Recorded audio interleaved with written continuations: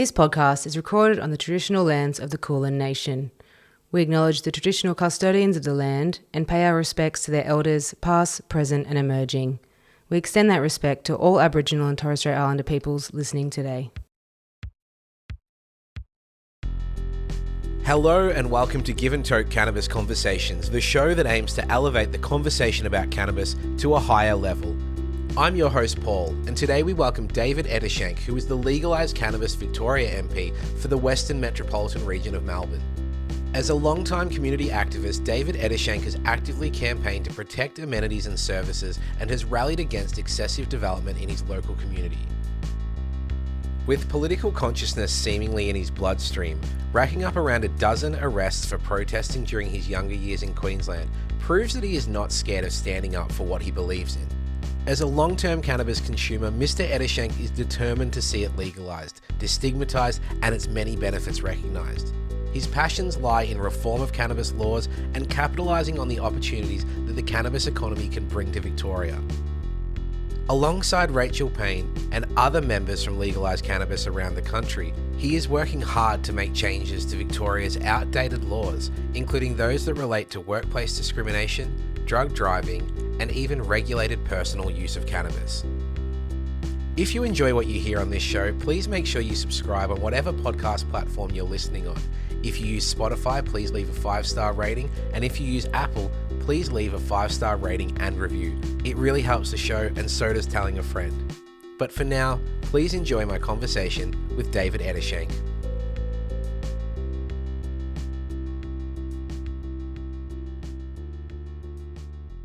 Welcome to the show, David Ettershank. Thank you, Paul. It's lovely to be with you. Now, you've been a resident of Melbourne's West for over 30 years. I live here and work here. I love it. I know you do too. Why is the West the best? I think there's just everything in the West, and it's profoundly diverse. It's quite compact. Like I actually get kind of stressed when I have to drive into the southeastern suburbs, and it's like, shit, we must be almost at Bass Strait. And then you realise, actually, no, we haven't even made it to the Mornington Peninsula. The West is great. It's really diverse. There's fascinating people, great foods, great culturals. There's got everything going for it. And it's a lot closer to town for a lot of us as well. Yeah, well, I just got off a plane yesterday, and I tell you what, 20 minutes home from the airport was a huge relief after a long flight. So there's so many reasons why living over here is the best. And I know since I moved here, I basically never leave anymore. So you're right, we've got everything. That's it. We're spoiled. So it's really exciting to speak to you because you're a politician I voted for. You're somebody who got their start working at Coles, just like me as a teenager, and another man empowered by and raised by strong women. I'd like to first talk about your work and life prior to politics. So you've been a long-time activist. You've fought for your community, and in your own words, you've been arrested and beaten by police. So talk to us about the journey that led you to this point, and was politics always in the cards? I came from a pretty strong pro-union family that, believed in progressive causes as well as the labour movement. And I guess my political puberty, for want of a better term, was under Queensland's famous Joe Bajilki-Peterson. So when I went to uni, it was to study. It was actually with the good intention of studying modern Asian studies and joining the diplomatic corps. And, that just didn't go too well. And mainly just being radicalised through the Right to March and the anti-uranium movements in Queensland, getting into lots of demos and then racking up, about a dozen arrests in 2 years. Wow. And ironically, the charge was almost always, one was disobeying a lawful direction. But the other one, which I always, when I tell people, it was unlawful procession, as opposed to now we're all worried about unlawful possession. So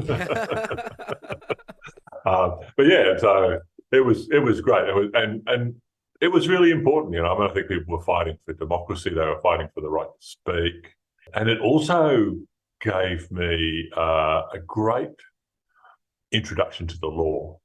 Because apart from the fact that all these rallies were happening, like on the big rallies, you'd have between, say, 300 and 600 people arrested. what we also worked out pretty quickly was that, you know, you get arrested, you go to court. Well, okay, the reason you got arrested was political. The rally was political. But also you could be political by fighting everything in the courts. And the net result was the Wallopers were arresting, you know, hundreds and hundreds of people at a time. And then we were all going, okay, well, you know, I'm going to have my shot at being Perry Mason as well. You know, do the good fight it in the courts. So I got, I think it was 13 arrests, but I only had one conviction. And that was the first one where I sort of saw this duty solicitor and they said, you know, did you do it? Yep. They said, I'll plead guilty. I went, oh, okay. And then after that, I was like, no, bugger it. And so, you know, I'd always defend myself. And then, you know, and you could stretch a court case that, you know, might be timetable for a mention, you know, and a plead out. And suddenly you could have the police, 2 or 3 police, a prosecutor, the magistrate, and all the courts, and you take up a day. And then you multiply that by hundreds of people all trying to do the same thing. And we did also have some fantastic lawyers who pro bonoed, and that stuffed the court system in Queensland during that. So, and it was sort of like, okay, so law is actually really political, and how you use it is not neutral. So it was a really good and a really exciting education into politics. You said actually in your inaugural speech not to confuse the law with justice. I think that connects really well with that. And I think there's a common thread in this show. Often my guests talk about the risks they've taken, and across the world, people are taking different level of risk. But it seems like very early on, you learnt to take that risk, step up, put yourself out there. So how is it that the law and justice are so different? Law is not neutral. The courts aren't neutral. You know, law is generated by a whole range of interests, and there's also quite clearly a direct correlation between how much you can spend on legal proceedings and the outcomes you get. And that's not to say there aren't, you know, really positive things that can happen, and it's not to say there aren't fantastic people, you know, in the legal fraternity working for all the right causes. But the fact of the matter is that law serves interests, the most powerful interests, and we see that regularly reinforced. And I guess for me, having gone into Parliament now, that's doubly so. You know, you really see the lobbyists at work, and you see the different interest groups, and yeah, so it's not neutral, never has been. How has been that experience of entering Parliament? You know, how have you been received by your fellow parliamentarians, and what are you kind of seeing as the big battles ahead of you? To be brutally honest, I think the first 6 months was barely suppressed panic. You know, it was just utterly overwhelming, and we had limited staff and no systems. Like, you know, if you're Labor or Liberal and you're coming in, you know, all the systems are in place, all of the documents, or, you know, there's people to bodyguard you and whatever else. And we were, I think, incredibly fortunate in that we were able to have Fiona Patten, a very prominent and wonderful activist and politician for 8 years in the upper house, as coach. So she took on board that role of being our advisor and coach, and a couple of her staff also came over. Otherwise, we would have just died. Rachel and I would just have not coped. But we're sort of getting to that point where we've realised, okay, getting a bit of an idea of how this place works, and, you know, which button to push and which not to push. So we're working our way through the learning curve, and it is a very steep curve. Now, I know you've been a long-term cannabis consumer, and in your maiden speech in Parliament, you noted that by enjoying the pastime of smoking a joint, that you've been a criminal for about 40 years, something you don't plan on stopping, of course. What is your personal relationship with cannabis? We're good friends. Yeah. Oh, look,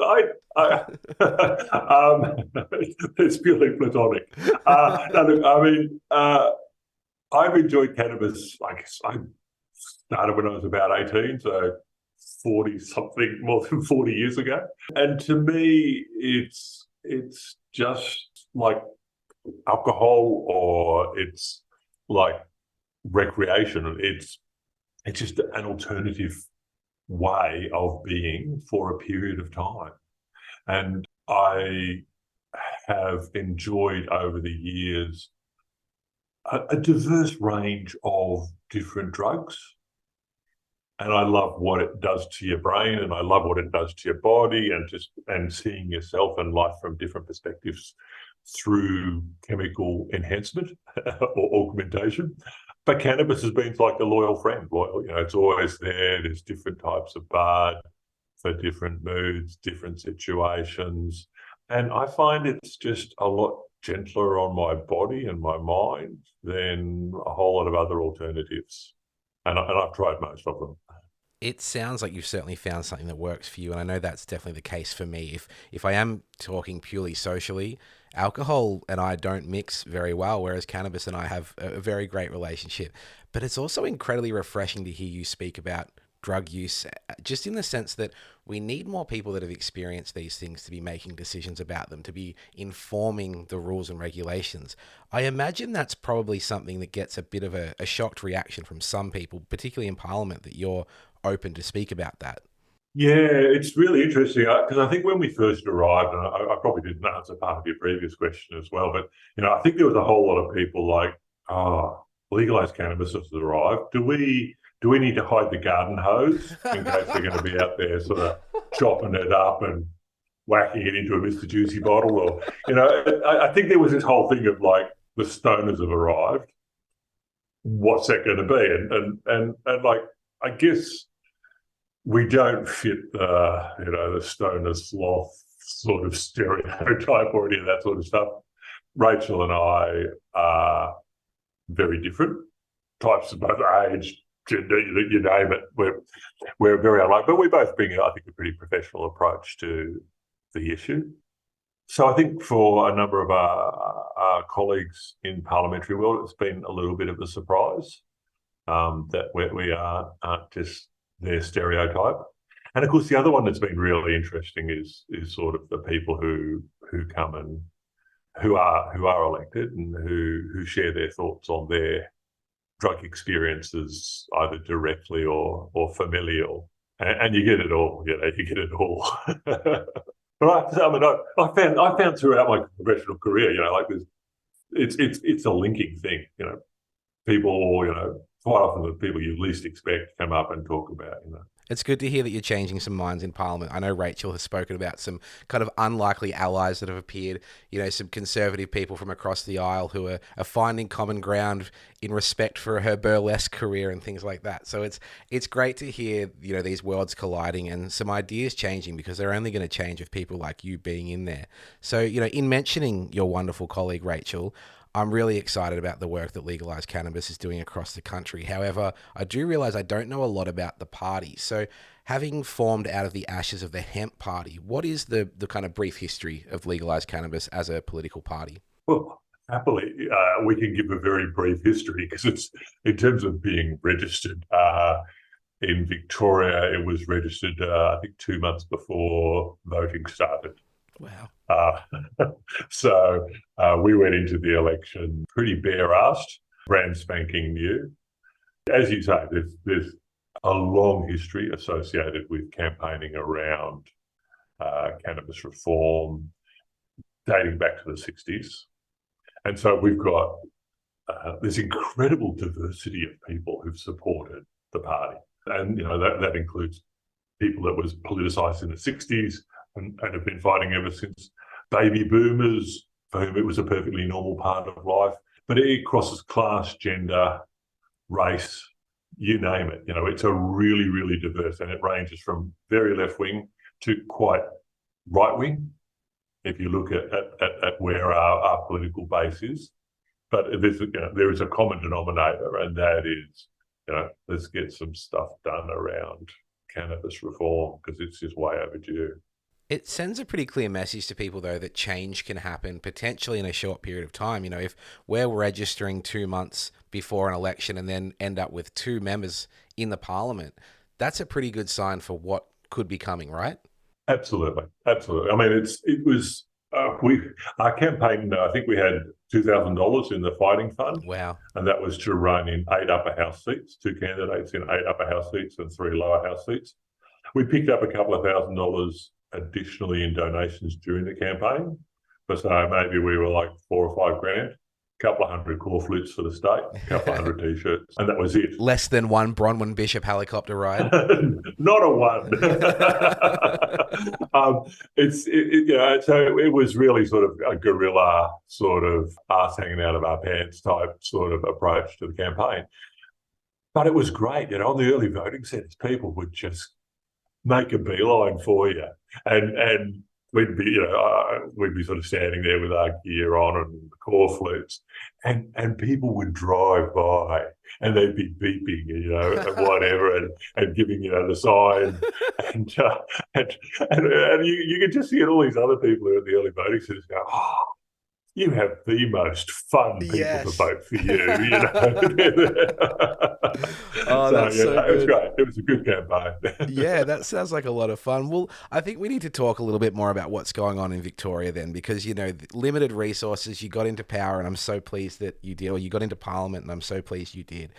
Now, I had Rachel on the show earlier this year to discuss the drug driving bill amendment, and we want to talk a little bit more about where that's at, because listeners of this show would be familiar that roadside drug testing does not test for impairment. It only tests for presence of THC.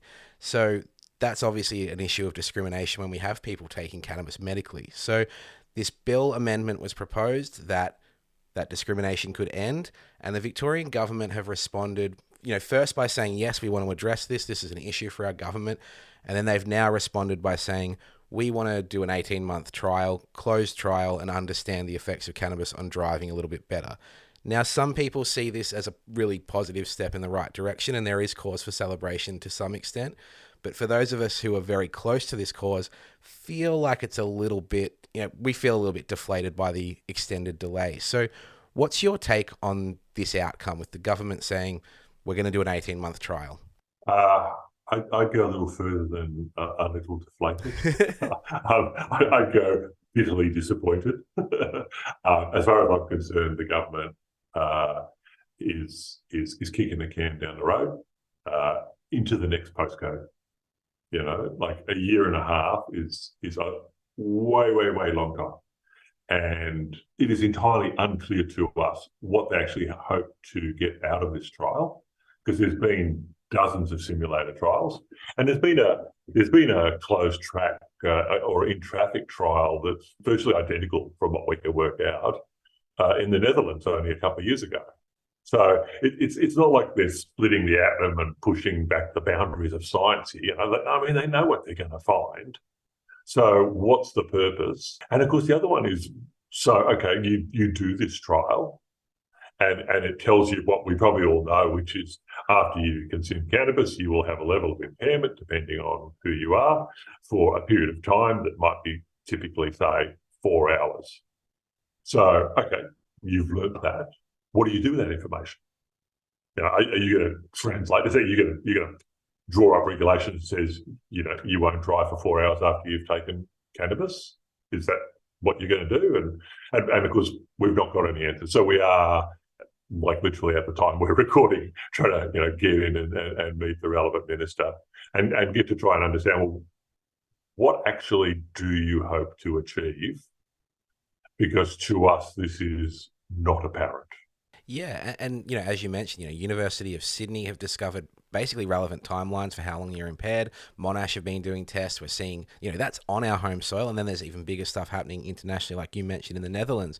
It's such a great point, and it's why it does feel, so disappointing, and why it's going to have such a negative impact on us who use cannabis medicinally, because it is just another unmeaningful, unexplained delay. When I speak to my local member, she's not interested in the community's perspective. She's only interested in what the Labor Party are going to discover and are talking amongst themselves. So it is a little alarming that we're seeing this delay. However, on the other hand, we see South Australia have responded in a more extreme way, where we're now seeing an immediate loss of license over there for presence of THC. So I think there's a little bit of that, like, well, at least I'm not in South Australia, but I wish I was in Tassie. There's a few metaphors that come to mind there, but they're probably a bit too crude. Look, it's a real disappointment. It is progress, and it's really slow. So, people, I've had a few people sort of tell me to buck up, at least we're making progress and we're doing the job. and I don't want this to sound like it's an excuse, but there is certain just realities to our political situation. And it's really regrettable that there's all this stuff that went out about legalise cannabis as the balance of power. And so I've had so many people say, well, why don't you just cut off supply? Why don't you just not pass the bill? And you have to say, well, actually, we don't have that power. Like, literally, we're not like Canberra. The Constitution in Victoria precludes us from cutting off supply. We are 2 out of 10 on the crossbench, and they have to get 6. So there's always choice, there's manoeuvre. And of course, in 3/4 of the stuff that goes through the House, it's the government and the opposition are voting the same way. So those moments where we are a critical vote, and there are moments where we're a critical vote, come and go, and they're flittering. And so our ability to influence the process is as much a product of dialogue and trying to just get the case across and persuade other politicians that this is a sensible public health initiative. And that's the slog, and it's really unsexy, and it's not like what you see in the TV. It's just it's the day-to-day grind of politics that we have to get into. And at the same time, obviously, we're pushing on multiple fronts. The other one, though, I would just say, and this is, I guess, what really, really shits me about this debate around Medcan driving is the basic, very simple principle is that medicinal cannabis is a prescription drug, and patients who are using it in a manner consistent with their doctor's advice should have a right to drive and be treated like any other patient. You get all this stuff about, I don't know, I guess there's almost this image that, we might pass the legislation that says, yeah, we're going to treat cannabis, Medcan, exactly the same as every other one. And then you can do a movie cut to a scene out of Mad Max. Yes. With road carnage. Yeah, I've turned my car into a shisha. That's it. It's like, what the fuck do people think's going to happen? And like, I remember we had one meeting with, I won't say who, but, and they said, well, perhaps we should do some fact-finding abroad. Maybe do you want to go overseas and look at a few places? Do you think that would be worthwhile? And it was like, yeah, let's do that. Let's go across Bass Strait to Tasmania, where it's been legal for the last 6 years, and there's been no impact. Like, it's actually really problematic for us from we're trying to gather evidence. Here is like 6 years of it not being an issue in Tasmania, and it's a problem because it's never been an issue. There's nothing on it. There's nothing on the public record. Like, the police there are like, oh, yeah, so what?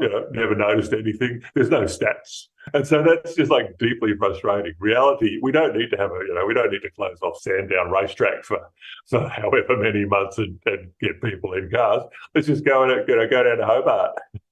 It's such an interesting point because, yes, the question just keeps coming up, of this idea that, like, as soon as a law is passed, we're going to be smoking and driving. We're going to be going out of our way to consume and then drive. But most people, and not all, and we can't account for all, are going to make really sensible decisions like they're already doing.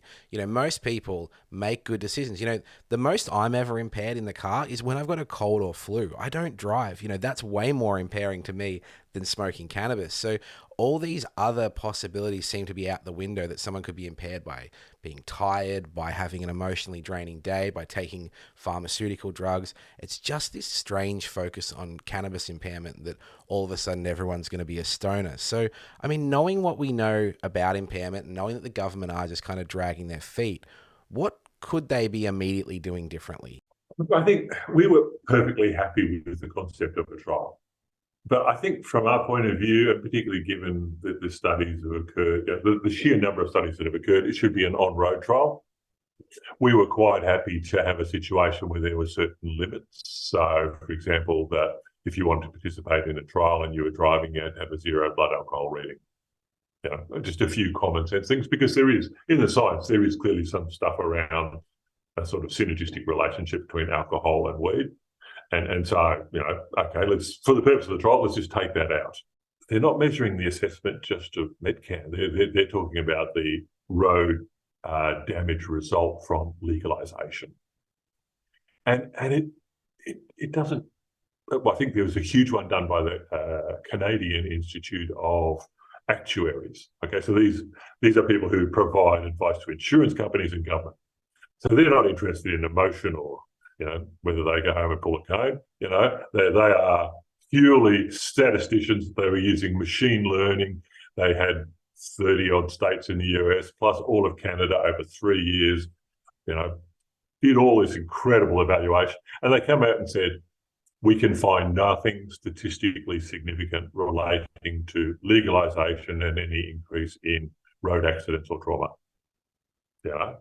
But people don't want to look at a lot of this evidence, and it takes us back to, and I know you've talked about it previously. It's this whole question of the culture of prohibition, that just sort of sits in the background. While we're on the kind of conversation about discrimination, it obviously doesn't end on our roads, and you and Rachel are doing a lot of really important work right now around discrimination for cannabis users in the workplace. So talk to us about the work that you're doing in this space and the ideas and the bill you've put forward. We put a bill through the upper house a few weeks ago, and it's basically to set up an inquiry into workplace drug testing in a broader one, but particularly focusing on the question of cannabis in the workplace and how that's treated. At the moment, I guess we started out asking the Parliamentary Library, who are wonderful, wonderful researchers, what's out there? Can you give us an overview? And it came back, look, not much, and that which is there is a dog's breakfast. So again, just as we've sought to bring some clarity through the Medcan driving, so too we're trying now to get some clarity and some thoughts as to what might be good practice with regard to handling medicinal cannabis patients in a workplace setting. That would cover, obviously, an industrial side. There's a natural justice and due process side to it. There's a science and impairment side to it. And so there's a few different facets that we want to tease out and see if we can't get some informed debate and hopefully some better policy. What are the stories you're hearing from people? What have been the experiences of discrimination shared with you? Heaps. Literally, I think when we started the Medcan driving, talk to us. There was a lot of people also started saying, "Oh yeah, look, that's good what you're doing with driving, but you should do some stuff on workplace." And the stories are extraordinary. I mean, we've had people who, for want of a better term, they work at a desk and they've said to their employer, "I'm on medicinal cannabis. Here's a copy of my prescription. Here's a letter from my referrer." And the next thing they know, they're, in the better cases, they're on performance management. Not that they've had anything prior, but if you're on cannabis, we're going to performance manage you now and just make sure you're throughput every day. Through to people who've just literally been told, look, we don't have people who do that here. And they've been, either sacked or under pressure quit, because they've been told there's no future for you. So, there's been no shortage of stories, and it's been really interesting too, because it's been across sectors. So everything from, people who are actually in, probably riskier areas such as, construction and manufacturing and transport industries, through to a couple of stories about police officers who got picked up through random drug testing, through to public service, you name it, white collar, grey collar, pink collar, blue collar, across the industry. And there's really a real lack of standards. Very often there's purely a vacuum. And the other one which we're seeing too is in some of them is where there is actually agreements in place, they've just simply said, oh, well, we'll apply the Australian standard for intraoral swabs. So if you come up with 20 NGs, you'll be deemed to be incapacitated at work. So they're literally doing the equivalent of roadside drug testing, except they put a certain level on it. And that was that's in quite strong union agreements. So it's to try and bring some common sense to this. And as I hear you speak, I guess I haven't made the connection. I'm very obviously anti-roadside drug test in the sense of the implications that it has for medical cannabis users. But this is why we can't nurture and foster bad ideas, because they do bleed into other places. I hadn't thought about the implication of that. These bad ideas we have by the roads are seeping into our workplaces. We normalize these poor tests. You know, even the New Zealand police recently pulled back an anti-drug driving campaign that they were about to introduce because of an absence of sufficient testing. Well, we're still doing these on our roads. Therefore, they're seeping into the workplace. So the discrimination is just broadening, and the normalization of bad tech just continues to spread. Yeah, absolutely. And we know that, like with the roadside swabs, that, you know, up to 20% of them are either false positive or false negative. Wow. There's some significant methodological issues here. There's a bit of an industry associated with roadside drug and alcohol testing. There's another little question there we might probably best to left for the moment. But then, yeah, you're right. It's this whole question of the criminalisation of anything to do with cannabis. And when you look at the roadside drug testing, you know, is that actually about road safety, or is it a tool of prohibition? And I'm afraid in all too many cases, it's the latter. And I think there's a really good empirical test we can apply here, which is if, like, you know, take the last few years, and I'm going to do some rounding of numbers here. You're getting about, you know, 10,000 Victorians a year getting done for the presence of THC at a random drug test. And invariably that means they lose their license. At the same time, on average, you're getting a couple of hundred people who are being convicted on the basis of impaired driving, where cannabis is present. So tens of thousands where you get the swab and you get done, and it could have been a joint you had a week ago, as opposed to actually doing the impairment test. And there is a standard field impairment test where there's, you know, a couple of hundred a year. And to my mind, that tells you pretty much, you know, the lay of the land and how the processes are structured. We seem to expect everyone to do the right thing when it comes to certain things, and that seems to be the idea with cannabis, is that a few people might do the wrong thing, therefore no one can be trusted. I think there's an element of that, yeah. And you know, I think we started out with, you know, is law neutral and, you know, stuff like that. I mean, clearly the law as it should apply here is, and we agree 100% with the concept that if you are impaired for whatever reason, you shouldn't be on the road. You know, let's just accept that. Yeah? That's perfectly valid. You should not be risking other people's lives or your own. But that's a given. But the whole focus of policing is looking for the presence. It's not looking for the actual act of impairment. And it's the act of impairment that should be the crime, or should be the, you know, the issue that's being dealt with, depending on the setting. And that's, again, takes us back to this whole question of normalisation and culture and how it's focused. And we, you know, we're getting people saying things like, oh, you know, the trouble with your Metcan driving stuff is that, you know, people might go home and you know, and yeah, they've got their medicinal cannabis, but they might also take illicit cannabis. You know, therefore, ipso facto, somehow, the whole concept is shot to shit. You know, and it's like, oh, you know, let's apply some logic here. Yeah. Anyway. Well, we need to sink our teeth into Prohibition in Victoria in a little bit more detail. But before we do that, I want to take a little break from politics for a moment and play a little game. Now, knowing your love of the west of Melbourne, we're going to play a 7 multiple choice or short answer question quiz about the area of Melbourne that you've called home for the last 30 years. Any questions before we start? Let's give it a go. All right, let's do this. So, question 1.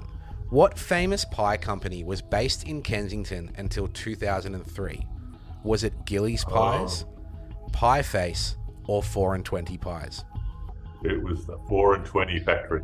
4 and 20 factory. That is correct. That is correct. They've unfortunately moved to Cheltenham on that terrifying southeastern side of Melbourne, but born and bred here. Indeed they were. Question 2. During settlement in 1861, Kensington was initially part of what city council before breaking off and forming the borough of Flemington and Kensington in 1882? Was it part of the city of Yarra, the city of Essendon, or the city of Footscray? part of Essendon. That is correct. 2 from 2, you're killing it. Question 3. North Melbourne Football Club players and supporters are affectionately known as shinboners. What is the origin of this nickname? It was the meatworks. So this Kensington area and over into Flemington was the largest meat processing precinct in the Southern Hemisphere. And it was a symbol that was put on the front of people's houses. They'd hang a bone, and that was their sign that they supported the Roos. That is correct. Indeed, that is correct. So there's also this emerging belief, with the history being a little unclear, that in addition to the abattoir workers, that North Melbourne players perhaps went for the shin bones of the opposing players a little bit more than the average team. So there's a new little bit of history creeping into that. Are you a North Melbourne supporter? Yeah, for my sins, yeah. That makes 2 of us, David. Okay. All right, question 4. The Flemington Racecourse hosts the Melbourne Cup each year in November. What is the distance of this race? Is it 1,200 metres, 2,200 metres, or 3,200 metres? I'm pretty sure it's 3,200 metres. That is correct. Question 5. How many VFL/AFL premierships have the North Melbourne Football Club men's team won? Is it 4, 8, or 10? I think it's 4. That is correct. 1975, 1977, 1996, and 1999. Having grown up a North Melbourne supporter, I got the good years during my childhood, and it has been a miserable couple of decades ever since. But the North Melbourne women, geez, they're doing well, aren't they? Killing it. Question 6. In 1986, Flemington Racecourse hosted a large open-air Christian mass on the inner oval. Who officiated this mass? Was it Pope John Paul I, Pope John Paul II, or Jesus Christ himself? It's John Paul II. That is correct. Last question. Question 7. Electorally, Kensington is a part of the City of Melbourne, which had been a Labor Party stronghold since Federation in 1901 until 2010, when the ALP was defeated. Retaining the seat to this day, who was it that unseated the ALP in 2010? Was it Adam Bant, Adam Brand, or Adam Brody? It's Adam Bant. It was Adam Bant. That is correct. Well, 7 from 7. You know Melbourne's West very well. Thanks, mate. Yeah.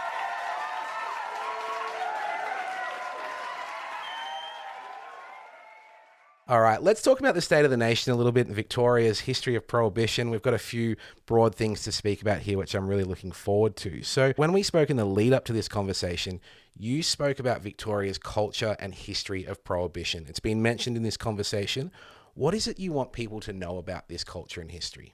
I guess in terms of understanding why it's so difficult to achieve change and has been for decades, you sort of have to go back to the fact that cannabis has been outlawed or prohibited in most settings in Victoria since 1928.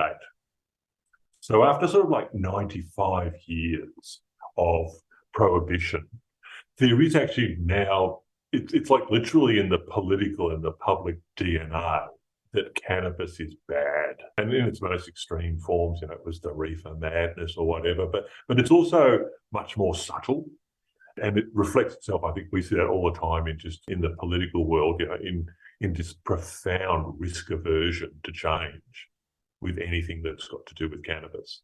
And so the battle is about, well, as we see it, is about then trying to make it normal. That's the American term, I think is very appropriate, to normalise it and to get people to understand it and to recognise that it doesn't take enormous courage. You don't have to swim against the tide to just make some sensible regulatory reform to what is a huge economy. I think that's why people get so exasperated, why it seems like a good idea to do. We've looked at other countries, we've looked at the way it's approached in Malta, Spain, Thailand, Canada, America. There are varying approaches, and there isn't one yet that's proven to be right. Having just spent a couple of weeks in Thailand myself, they've got a long way to go. I started as a bud tender in Canada when they had just legalized. despite all their culture, they have still got a lot of work to do. And Thailand is even further back with a new government talking about repealing the laws. So it's never black and white, but the courage doesn't seem to exist. And it does come from that culture. You know, we're scared of it. We're fearful of the implications. For 95 years, we've said it's bad. Well, that's generationally a lot of bad ideas filtering down. So it's great that you're in this position to, hopefully make some change and see a difference, because I'm already seeing, in the 3 years I've been back from Canada, what a huge shift there has been socially for acceptance, amongst older people who might want a CBD bath bomb to alleviate pain and stress, people that realize, hey, maybe a joint on Friday afternoon is better than 10 beers. So it's a long history, but we might be able to make change in a short time with people like you, being so honest and being so frank. And are you optimistic about not getting to 100 years of prohibition? I was like, there was an expression from Gramsci, I think it was, he said that he was pessimistic of assessment and optimistic of will. And I'm absolutely optimistic of will. I also think that, like, the times are changing. Like, my hat's off to all of those people who carried the torch on this one for decades in trying to get reform. But it's now reached a point, and I think medicinal cannabis is a part of it. The whole sort of opening up around CBD is a part of it, where suddenly, it's just not so easy to stereotype what a consumer of cannabis is, because now everyone knows an auntie who's using CBD for whatever, or, an uncle who's using it for PTSD, or, there's all of these scenarios that are people's friends and family who are using it, and they're not being transformed into, Doritos destroying monsters. Exactly. And so, in a sense, I guess Rachel and I are really fortunate to be right at the centre of politics in Victoria around this debate at a time where, at the same time, just the demographics and the use of cannabis for both recreational and therapeutic purposes is just growing so rapidly. Now, you attended the 420 rally in Melbourne this year, and in the past, this has appeared to me to be an incredibly peaceful event, but it has seemed over the last couple of years that tensions are rising between protesters and police. What did you observe at this year's rally? Oh, it was a bit of a flashback to my past, I guess. Back in the good old days in Queensland, except we weren't getting actually whacked around the head with batons. Look, it was this year was just terrible. I actually wasn't at last year's. I think that was worse because, there was like dogs that were being used on people. There was cops on horses riding into people. This year was a little bit more low key, but basically everyone who turned up to Flagstaff, the first thing you would see was a line of police vans, drug busts, all of that sort of stuff, and then police patrolling Flagstaff Gardens with sniffer dogs, with German Shepherds, and, it was overtly intimidatory.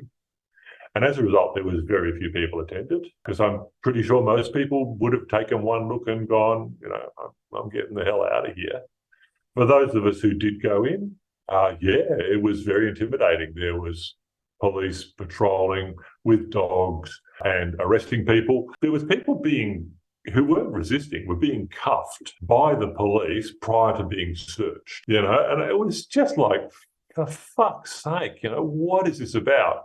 The added perspective that came afterwards was, that whilst there was dozens, if not hundreds of 420 celebrations around Australia, ours was, as far as I'm aware, the only one that experienced this level of police intervention, and it was atrocious. And we know that New South Wales doesn't have too much of a problem with strip searching people and pulling the sniffer dogs out at the train station. So to know that we had the worst one is quite shameful and embarrassing. We like to pat ourselves on the back in Victoria for being progressive, but I think oftentimes we're just a little more progressive than the other states in general. So therefore we feel this warm and fuzzy feeling. But it's a huge step back. And it's my understanding that cannabis arrests have gone up in Victoria in the last decade.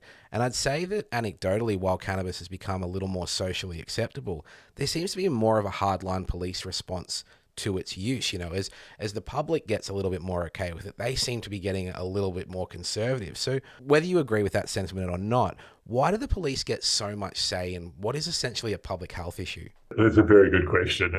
Does the tail wag the dog or the dog the tail? I don't know enough about the police, and we've not had a decent dialogue with them. That's a product of time. We've certainly had some discussions with the police minister, including in the lead up to 420. But I guess there is a reality, which is, I mean, you talked about all the arrests. You know, like in Victoria, 95% of the arrests, and again, we're talking 10 to 12,000 arrests a year, 95% of those are for personal use or possession. You know, less than 5% involves any commerciality or other elements. To my mind, that just speaks volumes. That's it. That's the crime. And I must say, in terms of why I actually ran in it, was, you know, the thing that it really just got on my thing. I was pretty unwell. I had an autoimmune condition, and the one thing that brought me comfort, I was on industrial grade opiates. But the one thing that brought me comfort was at night, before I go to bed, because I knew it would be a very bad night of pain from the condition, was just to sit out on my back deck and roll up a scoop, you know, and partake and chill and just get into a different space and then go to bed, you know. And it just started to build on me that, fuck this, you know, I'm committing a criminal offence. You absolute madman on your back deck with one joint, like crazy. That's it. What the fuck? You know, what is that about? This is just insane. I am not hurting anyone. I have no propensity. There's no capacity to me for harm anyone or anything as a result. And I'm committing a crime. I don't get it. I don't know. And it was one of those ones where, you know, when you're crook, you know, you got too much time to think. But it just built and built and built. And when I got tapped and it was like, you know, you interested in running for Legalise Cannabis, it was like, yeah, fucking oath. Yeah, you know? Yeah, I am ready. You know? It's definitely a relief to know that you're somebody that I'd love to, you know, roll up a joint with and smoke on the deck, but also just to know how seriously you take this and how well you present yourself. I think that's an important combo. You are a consumer, but you've also got the goods to frame this fight and this battle in, you know, a way that will kind of get through to other parliamentarians and get through to some of those more conservative people. So I'm grateful for that, for sure. Now, having spoken about Victoria, you did mention the opening up of CBD a little bit, and we'll talk a bit more broadly about Australia in this sense. So in December 2020, the TGA downscheduled CBD to be available for over-the-counter purchase. However, as 2023 comes to an end, there are still no products available for sale. What's your take on this? I'm not real strong on the scientific end of this one, but I mean, clearly the TGA's regulatory system, as I understand it, works really well where you got a lab, you take X grams of this chemical, X grams of that chemical, you know, mix, heat, put in a capsule, bammo. You know, that's nice and easy. It's easy to control. Cannabis is much more difficult in that regard, depending on how it's grown, all the different cultivars. I mean, one of the things I think that's happening since Prohibition has started to be lifted in other countries is there's this exponential growth in the amount of information about just how diverse cannabis is and the different, you know, the terpenes, the different components. And so I think, you know, there is an asymmetry between the TGA's model for how you regulate and license a drug and the reality of the more herbal medicinal nature of cannabis. And those two are not meeting. And that's a major problem, you know, that is a major problem. And I don't know what the answer is. And I'm probably straying from the track a little bit here, but I'm very curious on that recent article too, where we're looking at where the TGA would appear to be talking about this epidemic of medicinal cannabis that's now sort of sweeping the land. Yeah, and it's the dean of the Deakin University who's claiming that the cannabis epidemic could be in proportion to the opioid epidemic. Oh, yeah. It's like, well, what's the difference? Oh, I don't know, a couple of hundred deaths a year, you know? Like, yeah. I read that with just like, oh, my God, is this the backlash? You know, I guess that was the thing that really struck me, because clearly, you know, there's momentum for cannabis reform. You know, like you look at New South Wales, ourselves, WA, you look at the last couple of by-elections in Fadden and Rockingham, there was big votes in terms of people saying, this is a priority for me. And so it does really worry me that in terms of the TGA, they bring a certain mindset and they've, you know, they're working with a certain statutory framework. And then there's the reality of medicinal cannabis and also adult personal use. And that's a whole really complex area for us to work through. I think we've got a great start in the ACT. So my hat's off to them because they've given us some really positive lessons. Remarkably, the civilization that we know as the ACT has not crumpled under the weight of their legalisation or decriminalisation. And so we need to sort of build on that, learn from their errors, and then start working through this whole question of what is MedCan, how does that work, how do we ensure there's equitable access and access to the PBS. A lot of that's in obviously the federal arena rather than the state. And then also, but what is in Victoria is this whole question of the regulation of cannabis for both medicinal purposes and also for recreational adult use purposes. And just to clarify, 6 months into Parliament, you haven't figured that all out already? We haven't got legal weed yet? No. We call it translating the dot points. It's sort of like, when we went out, we had our how to votes and we had 6 dot points. And now it's like, oh shit, got to turn this into a policy. You've got to turn this into a law. Well, it's actually quite challenging. And it's really exciting at one level, and I feel incredibly privileged to be in a position to be so directly involved in that process. But it's like, okay, and when you were talking about the different models abroad, well, which way do we want to go? Which way? Because there are clearly some great examples abroad. There's some shithouse examples abroad. So you've got that whole range of regulatory options. And then, of course, you've also got political realities of what can you get through, because as sure as shit, once this conversation gets serious, and we might talk in a minute about the private members bill we're moving in November on this front, but once this debate around adult use sort of heats up, there's going to be a lot of rent seekers. There's going to be a whole lot of interest groups that are going to come out of the woodwork saying we want a piece of the action, or we don't want this to happen, or we do want this to happen, and so it's going to be a bit of a wild ride, I think. What a great time to talk about the next private members bill then. So what is in the cards for Legalise Cannabis in the coming months? So we've done a first reading speech, which is basically just you get up and you announce the title of the bill. And we did that simultaneously in New South Wales, Victoria and WA, which I'm told from our parliamentary library is the first time it's ever been done. 3 bills done at the same time, same title across 3 different states. And that will come up for debate in November. So we're sort of winding up that stuff now in terms of the comms and reaching out to people. So there will be a 90-minute debate on the 28th of November, and it's specifically around the personal use of cannabis. So your right to possess, your right to grow at home, your right to have seeds. Big issue in ACT. You can grow, but you can't have seeds. Almost a biblical problem, that one. The right to gift. That's the guts of it. It's a bare basic personal use, and we've put forward a suggestion that this might go in 3 stages, and in subsequent stages we look at compassionate clubs and stuff like that, and also expungement of previous convictions, and then in the final stage it's really about full commercialisation, and what does that look like. I just really hope before that bill comes up for debate in Victoria that you check with Georgie Crozier that she's okay with the length of the document. She spent quite a considerable time complaining about the length of documents in the last debate, so just make sure you get all your I's dotted and your T's crossed in that department beforehand. Indeed we shall. And look, it's going to be interesting. I think there is actually quite a lot of support. Well, certainly on the crossbench, the majority of the crossbench in the upper house supports legalisation or regulation. I should actually just explain for the listeners. You're going to hear us talk a lot about regulation, and we want to use that expression rather than legalisation or decriminalisation, because those 2 terms are so loaded. Everyone's got their own interpretation. There's not a legal definition of what legalisation is or decrim. So we'd say this is an industry, point 1. It is worth billions of dollars a year, point 2.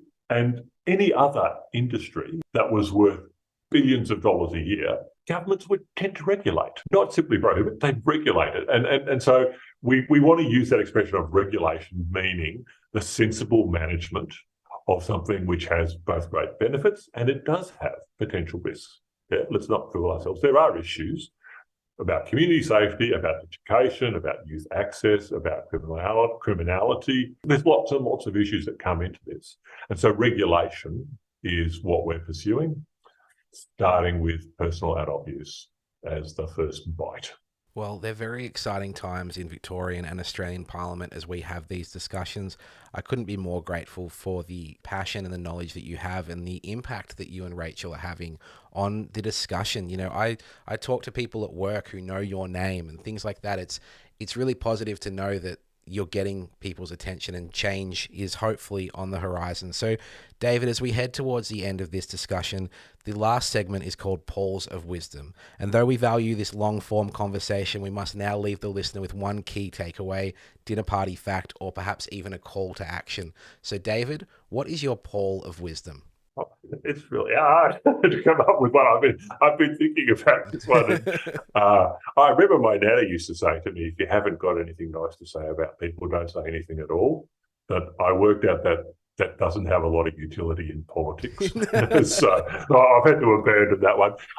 I think I quite like the one that the approach, and a lot of people have said different versions of it, but you know, it's something along the lines of 50% of success is just turning up. By turning it up, I mean getting involved, doing things. It's really easy in any number of social campaigns and issues and in politics and in social change areas to get overwhelmed by all the information, all that sort of stuff. And sometimes you just have to turn up and turn out. Get into the fight. Don't wait until you've got all the answers or everyone's doing it. You know, if this feels like something you want to get into and you think this is a just or a proper thing, do it. Great advice, something that I still need to hear. So thank you for that, David. How can our listeners get in touch with you if they wanted to?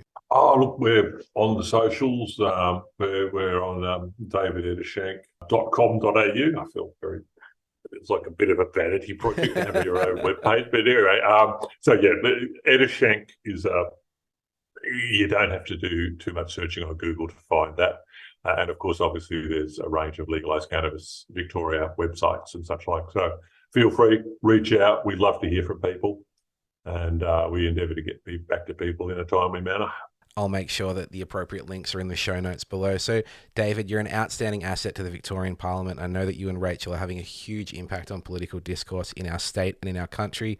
Thank you for your time. Thank you for your wisdom. And thank you for your passion. Well, thank you, Paul. It's been an absolute pleasure, and I really appreciate the invite to come on board. Give and Toke Cannabis Conversations is written and produced by me, Paul. Music written and produced by Big Mike. Follow us on Instagram @GiveAndToke or get in touch by emailing giveandtoke@gmail.com. All opinions expressed by program guests are solely their current opinions and do not necessarily reflect the position of Give and Toke. Content discussed in this show does not constitute medical advice. Cannabis is not legal everywhere, so please be aware of local laws.